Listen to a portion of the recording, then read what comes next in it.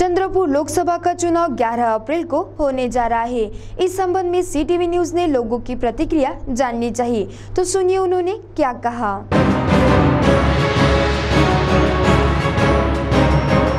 इस समय पूरे देश में लोकसभा चुनाव का माहौल है। वहीं चंद्रपुर लोकसभा का चुनाव 11 अप्रैल को होने जा रहा है, जिसमें उम्मीदवारों के अर्ज की छानने के बाद 21 उम्मीदवारों में से 17 उम्मीदवारों के अर्ज वैध साबित हुए। वहीं 4 उम्मीदवारों के अर्ज अवैध ठहराए गए। वहीं नाम वापस लेने की अंतिम तारीख 28 मार्च है और 29 मार्च को पूरी स्थिति स्पष्ट हो जाएगी कि कौन कौन से प्रत्याशी इस चुनाव में चुनाव लड़ रहे हैं। CTV हर कदम खबर की ओर ने इस मौके पर मतदाताओं का मन टटोलने का प्रयास किया, तो उन्होंने क्या जवाब दिया, प्रस्तुत है CTV की खास पेशकश।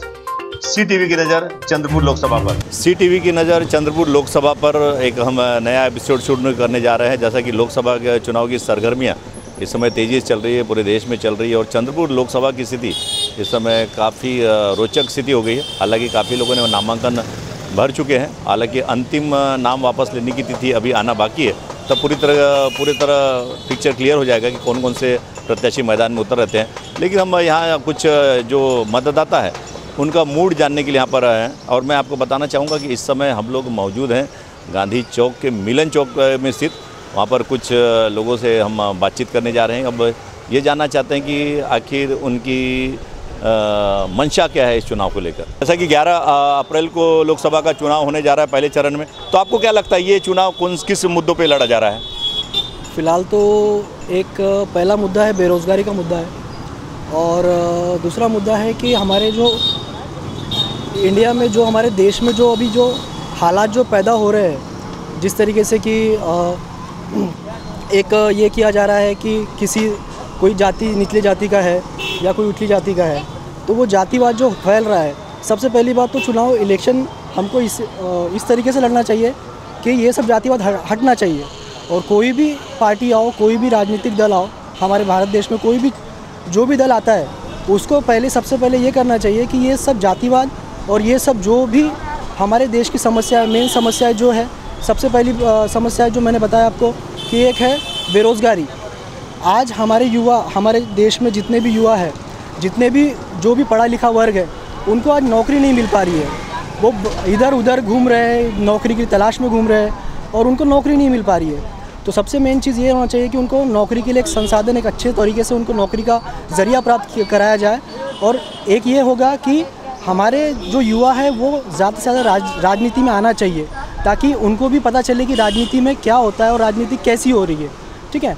और हालांकि रहा सवाल चंद्रपुर का, चंद्रपुर में हमको अभी बदलाव हमारे चंद्रपुर में दिख रहा है, पर कैसा है, इसके अंदर में अगर और इम्प्रूवमेंट आता है और बदलाव अगर आता है हमारे चंद्रपुर में तो बेस्ट होगा। और कोई भी पार्टी आओ, कोई भी दल आओ, चाहे BJP, कांग्रेस, चाहे कोई भी आओ, अभी प्रकाश आंबेडकर साहब की एक पार्टी है वंचित बहुजन आघाड़ी, वो भी अगर आती है तो हमें कोई दिक्कत नहीं है। बस हमें चाहिए कि हमारे चंद्रपुर का विकास हो, हमारे चंद्रपुर का युवा आगे बढ़े और हमारे चंद्रपुर में जो भी फैसिलिटीज़ हमारे चंद्रपुर जिससे वंचित है वो हमको मिलनी चाहिए। देखिए, जैसा कि अभी हमने बातचीत की तो इन्होंने स्पष्ट कहा कि कोई भी पार्टी आए, कोई भी पक्ष है, किन मुद्दों पे चुनाव लड़ना चाहिए। तो उन्होंने कहा कि सबसे पहले तो भेदभाव का खत्म होना चाहिए और बेरोजगारी का मुद्दा। और मैं और हमारे बंधु कुछ, आपको क्या लगता है ये चुनाव में मेन मुद्दा कौन सा है?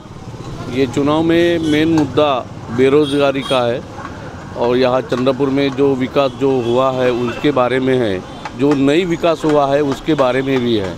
और सबसे ज़्यादा बोलो तो बेरोजगारी बहुत ही ज़्यादा है। इसको सबसे पहले कोई भी दल आए वो मिटाने को होना, यही एक मुद्दा रहेगा यहाँ पर। और जो जातिवाद ये सब, चंद्रपुर की जनता इतनी अच्छी और शांत है स्वभाव से, ये झंझटों में गिरना नहीं चाहती। पूरा भारत में ये हमारा चंद्रपुर प्रसिद्ध है। विकास का मुद्दा सबसे ज़्यादा होना और जो ज़्यादा विकास का मुद्दा करेंगे वो उसके लिए फ़ायदा रहेगा। जैसे कि चंद्रपुर लोकसभा का चुनाव 11 अप्रैल को होने जा रहा है पहले चरण में, हमने काफ़ी लोगों से इस चुनाव के मुद्दे के बारे में बातचीत की कि ऐसा कौन से मुद्दे पे चुनाव लड़ना चाहिए और ऐसी कौन सी समस्याएं जो चंद्रपुर में है, थोड़ा आप बताइए इसके बारे में। चंद्रपुर में समस्या तो बहुत सारी है। पहली समस्या ये है कि बेरोजगारी ज़्यादा है। वैसे ही यानी लोक संख्या के हिसाब से यहाँ पे ऑटो भी ज़्यादा हो गए हैं और परमिट भी ज़्यादा वितरण करने में आए हैं।